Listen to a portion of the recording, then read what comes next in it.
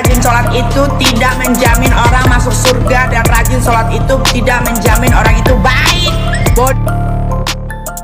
Lagian kan gue udah bilang, gue gak gila-gila masuk surga, say. Gue di neraka juga udah gak apa-apa. Happy, ketemu temen-temen gue banyak. Siapa tahu nanti gue bisa bikin acara gitu. Nah, ketemu Michael Jackson, ketemu siapa lagi? Wait, mau meninggal? Belum. Bukan, penyanyi reggae cewek yang meninggal gara-gara overdosis tuh siapa? White siapa tuh? Amy Whitehouse. Gue ketemu Amy Whitehouse di neraka. Terus gue ketemu siapa lagi? Oh, gue udah langsung neraka aja. Yang mati membela kehormatan hartanya, fahuwa syahid, maka dia mati syahid. Betapa seorang yang susah melarat hanya untuk menjaga diri dari yang haram dan syubhat, Allah muliakan dia. Inna akramakum indallah, yang paling mulia di antara kamu di sisi Allah, atqakum, yang paling takut kepada Allah. Ramai kita di rumah Allah ini, yang paling kaya kah yang paling mulia? Tidak. Yang paling ganteng dan paling hebat kuasanya kah yang paling mulia? Bukan. Yang paling berilmu, buya, kiai, ulama, apakah dia yang paling mulia? Tidak ada jaminan. Tapi yang paling takut kepada Allah subhanahu wa ta'ala, takut terjerumus dalam riba, takut terjerumus dalam syubhat, takut makan haram, sehingga dia biarkan dirinya dalam kesusahan, susah dalam pandangan manusia, melarat dalam pandangan orang kaya, tapi hidup mulia dalam pandangan Allah, para malaikat, nabi dan rasul. Hari ini orang itu dikatakan bodoh, hari ini dia dikatakan goblok, hari ini dia dikatakan kamu tolol sekali. Mengapa tidak kamu pakai kekuasaanmu? Mengapa tidak kamu pakai kesempatan? Hidup hanya sekali, pakailah sesuka hati. Tapi dia takut kepada Allah subhanahu wa ta'ala. Pagi dan petang dia katakan, Allahumma ajirna minan nar, Allahumma ajirna minan nar, Allahumma ajirna minan nar. Selamatkan kami, aku, istriku, anakku, keluargaku dari api neraka ya Allah. Betapa kehidupan yang singkat, tapi di tengah hidup yang singkat ini banyak yang tidak sadar, sehingga azab yang dia terima lama, berkekalan, khalidina fiha abada, kekal selama-lamanya. Kullama nadijat juluduhum, ketika kulit mereka gosong, hangus, terbakar, badalna juludan ghairaha, kami ganti dengan kulit yang baru. Hangus, gosong, terbakar, hitam, melepuh, menjadi arang, dia diganti dengan kulit yang baru. Liyadzuqul azab, supaya mereka merasakan sakitnya azab. Mereka yang melihat azab itu berteriak, Rabbana absarna, Rabbana, ya Tuhan kami, absarna, mata kami sudah melihat, wa sami'na, telinga kami sudah mendengar, farji'na, kembalikan lagi kami ke dunia, balikkan lagi kami ke dunia, kami tak tahan, farji'na, kembalikan kami ke dunia, na'mal salihah, kami ingin beramal saleh. Penyesalan tak lagi bermakna. Hari itu air mata tak ada gunanya. Hari itu bukan hari berdoa, hari itu bukan hari meminta, hari itu bukan hari munajat, hari itu adalah hari pembalasan. Hadza yaumul hisab, ini hari perhitungan. Segala amal akan dituntut, segala perbuatan akan dibalas. Sebesar apapun perbuatan akan diminta pertanggungjawaban di hadapan Allah subhanahu wa ta'ala. Rajin sholat itu tidak menjamin orang masuk surga, dan rajin sholat itu tidak menjamin orang itu baik.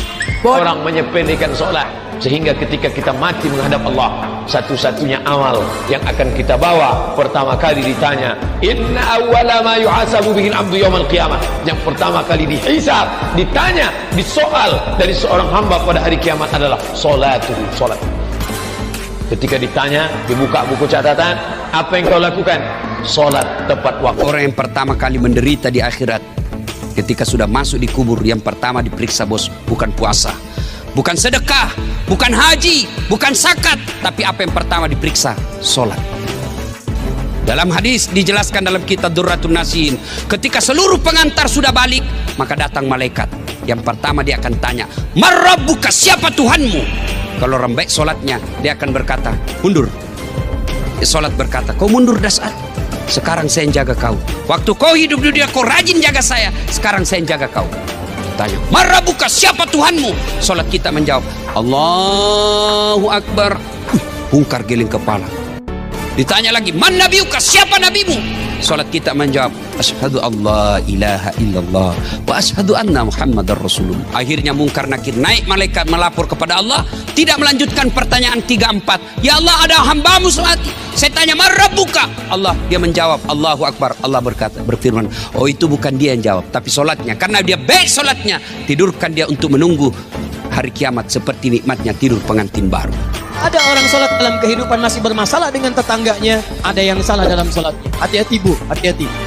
Saya tunjuk ibu karena pernah zaman Nabi ada perempuan rajin sholat, rajin berpuasa, tapi diadukan oleh tetangganya kepada Nabi. Kata Nabi, "Hiya finnar."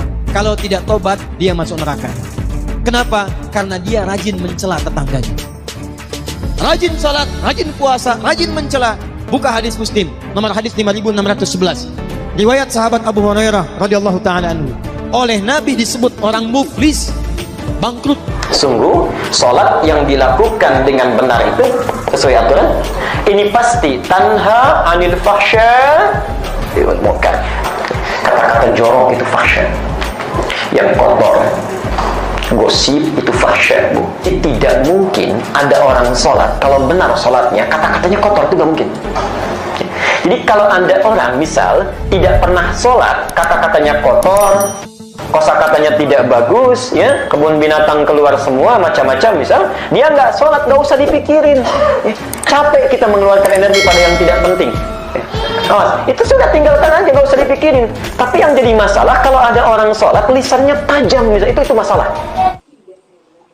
Lagian kan gue udah bilang, gue nggak gila-gila masuk surga, say. Gue di neraka juga udah nggak apa-apa. Happy, ketemu teman-teman gue banyak. Siapa tahu nanti gue bisa bikin acara di situ. Ketemu Michael Jackson. Nah, ketemu Michael Kapan Jackson. lagi Ketemu siapa lagi? Banyak. Whitney mau meninggal? Belum. Anjing. Bukan, penyanyi reggae cewek yang meninggal gara-gara overdosis tuh siapa? White siapa tuh? Amy Whitehouse. Gue ketemu Amy Whitehouse di neraka. Terus gue ketemu siapa lagi? Nanti Beyonce. Gue mending masuk neraka aja. Di situ gue banyak ketemu sama artis-artis juga. Bukan artis Indonesia ya, males banget. Kita bisa podcast di neraka. Jangan sampai terus berlanjut dengan merendahkan neraka, merendahkan surga dengan kalimat ini. Sebab apa? Tanda-tanda ahli neraka ya seperti itu. Dari omongan yang menghantarkan neraka. Apalagi mengatakan sudah nggak terobsesi lagi dengan surga, tidak ini. Wah, ini bahaya banget. Artinya ya, cuman kita tidak boleh menunjuk di ahli neraka, akan tapi siapapun yang punya perilaku ungkapan semacam itu, ini artinya adalah muyassarun, dia dimudahkan menuju neraka kalau memang tempatnya adalah tempatnya neraka. Naudzubillah. Makanya yang ada sedih kalau dengar orang yang mengaku dia beriman tiba-tiba seperti itu. Karena apa? Dia lepas dan rel kemuliaan dia telah lepas. Ini kemudian selanjutnya sangat berbahaya sekali jika ada orang sudah tidak percaya dengan hari pembalasan. Oh, bahaya sekali. Dan Anda pun jangan bergaul dengan orang yang semacam itu, karena urusan Anda dengan dia hanya untuk kepentingan dia saja di dunia. Karena dia tidak pernah berpikir kemaslahatan nanti di akhirat, sehingga dia mungkin berbuat apa saja. Apalagi yang merendahkan neraka. Siapapun kalau sudah menganggap neraka bukan sesuatu yang menakutkan, bukan menganggap bahwasanya di situ ada murka Allah. Kalau orang sudah menganggap neraka bukan tempatnya murka Allah, maka ketahuilah apa yang terjadi. Kalau itu dengan keyakinan, kalau orang yang mengatakan seperti itu dengan keyakinan memang dia tidak takut neraka, apa yang terjadi? Dia tidak akan menghindar dengan satupun dari dosa. Semua dosa akan dilakukan. Kenapa? Dia nggak takut neraka kok. Maka paling bahayanya manusia kalau sudah tidak percaya dengan hari pembalasan atau meremehkan hukuman di hari pembalasan. Karena apa? Bagi dia apapun yang saya lakukan, saya tidak peduli dengan pembalasan. Naudzubillah. Maka manusia ini adalah paling bahaya manusia. Suaminya akan ketakutan, istri akan ketakutan. Karena apa? Dia bahaya. Dia bisa melakukan apa saja. Karena apa? Bagi dia neraka enteng. Anda mau jual beli dengan orang ini, oh dia bisa saja menipu Anda. Kenapa? Oh, dia tidak peduli kok. Menipu bikin masuk neraka, saya cari teman saya banyak di sana. Urusan yang lainnya, culas, bohong, mengambil haknya orang lain, zina, segala macam, bisa saja dilakukan. Kenapa? Karena dia sudah tidak peduli dengan neraka. Bahaya sekali manusia semacam itu. Karena berdosa bagi dia, menghantarkan dia ke neraka, dia bangga dengan neraka, na'udzubillah. Atau memang sudah tidak punya iman dengan neraka, Masya Allah. Ini seperti itu. Jadi tolonglah, kalau memang ada, saya tidak ngerti apakah banyak atau ada, betul ada. Kalau memang ada orang mengucapkan hal yang demikian itu, yuk kita doakan semoga dia berkesadaran, karena bahaya sekali dengan dia. Bahkan kalau di masyarakat kita orang semacam itu paling bahaya. Dia bisa melakukan apa saja. Kenapa? Karena dia sudah tidak takut neraka. Diajak kebaikan kayak apapun nggak bisa. Kenapa? Pertimbangan dia adalah dia tidak senang, tidak merindukan surga lagi. Allah main dicari. Yang dicari adalah asalkan dia punya keinginan terpenuhi, selesai. Bukankah itu paling bahaya manusia? Bisa menjadi orang paling rakus, orang paling jahat, orang paling kena. Kalau tidak segera dia sadar. Maka kalau ada orang-orang semacam itu dari umat la ilaha illallah, kita doakan semoga Allah beri kesadaran, karena dia bahaya sekali, bahaya sekali, bahaya sekali, dan nular penyakit ini. Apalagi jika ini dilakukan oleh seorang tokoh besar misalnya, atau orang yang punya ketenaran, mempengaruhi ke bawah semuanya. Maka jangan sampai kalau memang itu seorang ustadz tiba melakukan guyonan begitu akan kagum, atau seorang apa saja. Kalau ini akan mempengaruhi, naudzubillah, kalau dia punya nama akan terpengaruh orang lain, lebih banyak yang tersesat, naudzubillah. Maka kami ingatkan kepada siapapun, hati-hati dengan orang-orang semacam ini. Pertama doakan dan jangan dekat-dekat, jangan berurusan dengan mereka. Karena apa? Dia punya racun yang membahayakan. Karena apa? Dia sudah tidak takut neraka, nggak ada remnya. Kalau dia punya kekuasaan akan habisin semuanya demi kesenangannya. Kalau dia punya keahlian akan dihabiskan keahliannya untuk menuruti kesenangannya. Nggak ada hitungan surga, nggak ada hitungan neraka. Itu manusia berbahaya.